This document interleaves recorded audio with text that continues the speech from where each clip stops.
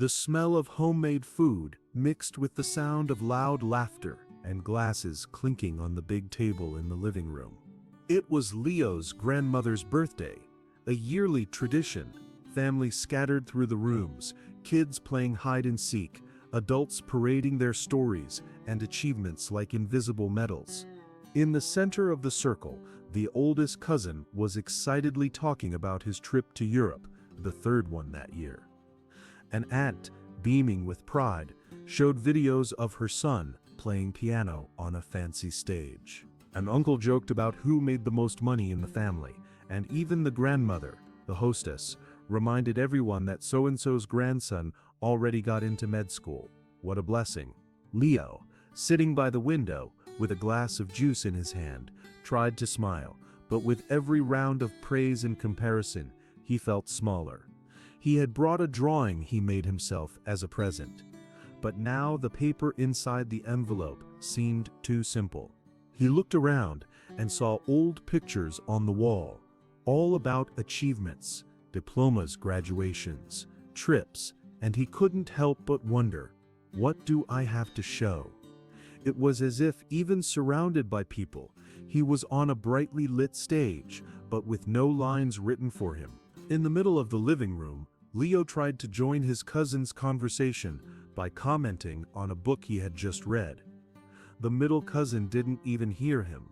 He was busy showing off his new digital watch from abroad. An aunt, who always noticed everything, complimented another niece's hair. Wow, Claire looks so beautiful. Just like a model. Leo adjusted his collar almost instinctively and wondered if anyone there remembered what his favorite hobby was. In the kitchen, he tried to help his mom with the dishes, but she quickly said, Go hang out with everyone, son. Enjoy yourself, or else they'll say you're the family's missing person. In the hallway, he ran into Uncle Michael, who joked. So Leo, any news to share, or are you still drawing those little characters? Leo gave an awkward laugh. Still drawing, Uncle. His uncle patted his back, already looking toward the lively group in the living room. In that crowded house, Leo felt more and more like disappearing. He knew he was loved, but different. It was as if everyone else knew exactly where they belonged, except him. During Happy Birthday, Leo stood at the back of the room, almost out of the picture. Everyone sang loudly, phones in the air to capture the moment. For a few seconds, he let himself watch from the outside the cousin's joy, the hugs, the table full of dishes, and in the middle of it all, the feeling of not belonging. When the party started spilling into other rooms and the adults chatted away, Leo slipped out for a moment into the backyard, breathing in the fresh night air. He picked up his gift, the hand-drawn picture for his grandmother, and looked at it, wondering if he'd have the courage to give it to her. He reread the simple words he'd written on the back, "For the one who taught me how to draw hope." But remembering all the achievements displayed that night, the drawing seemed even smaller, almost irrelevant. Sitting on the porch step, Leo started to wonder, does everyone feel this way too? Or am I the only one who can't find value in my own little things? It was in that silence, away from the voices, that the doubt became the seed of a new way of seeing. While Leo was still outside, feeling the chill of the evening, his grandmother slowly appeared, holding a slice of cake in one hand, her calm gaze noticing more than she let on. She sat beside him, unrushed, and they sat together in silence, just listening to the distant sounds of conversation and the gate. After a while, his grandmother glanced at the drawing in Leo's lap and quietly asked, Is this for me? Leo felt embarrassed, but handed her the envelope, saying, It's simple, Grandma. Everyone brought fancy gifts. I just thought of something that was ours. His grandmother opened it, looked lovingly at each line, and smiled. The kind of smile that lights up an entire face. You know, my boy, when we compare gifts, achievements, happiness, there will always be something missing. But only you can give this drawing. Only you, in your own way. She patted his hand gently, then added, Everyone has a story to tell, Leo, And the best ones aren't always hanging on the wall or showing up in the party photos. Leo felt a lump in his throat, but this time it was different. It was the beginning of relief, of understanding that maybe, just maybe, there was space here for who he really was. On the way home, Leo left his phone in his pocket. Pause. He listened only to the sound of his footsteps on the wet sidewalk and the distant echo of family laughter. His grandmother's gift still seemed simple, but now it carried a different weight. It was a story all his own, a gesture that didn't need an audience. Back in his room, Leo sat at his desk and instead of opening his social media, pulled out an old notebook. He listed small things from his day, a neighbor's compliment on his drawing in the elevator, a genuine chat with the doorman, the way he made his coffee just the way he liked in the morning. As he wrote, he realized he'd never allowed himself to feel proud of these little victories.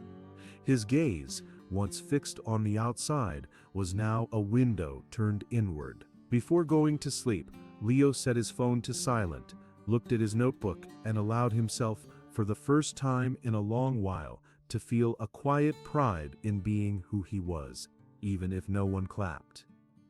The next day, Leo woke up without rushing to check his phone.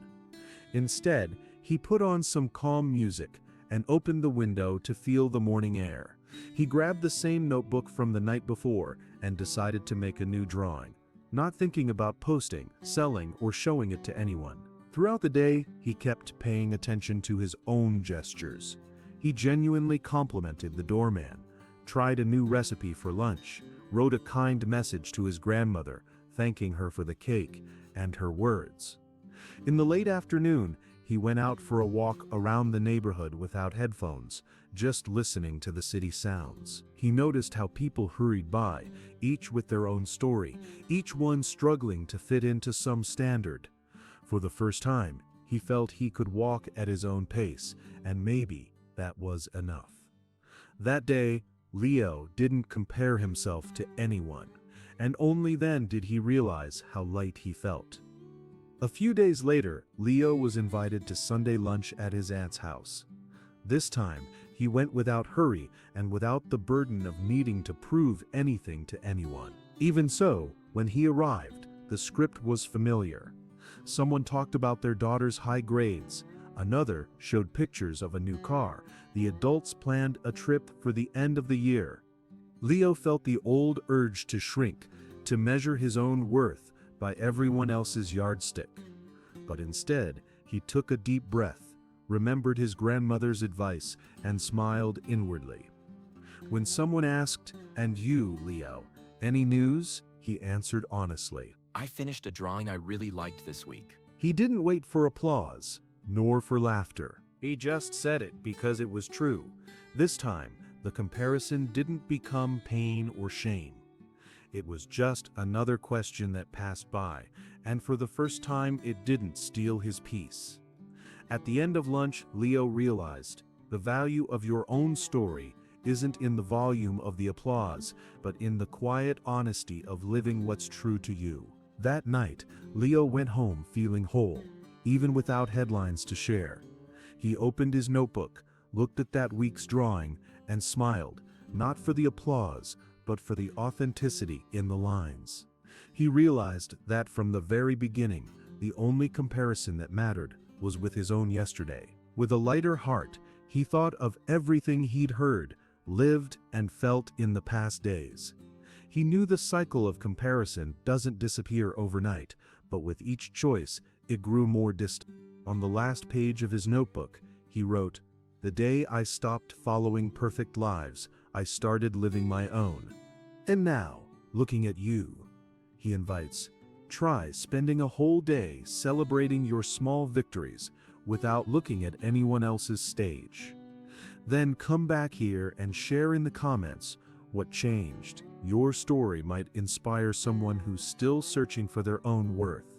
And if this message truly touched you, subscribe to the channel. Tomorrow, another story will be waiting for you to remind you that deep down, no one else's path is the same as yours.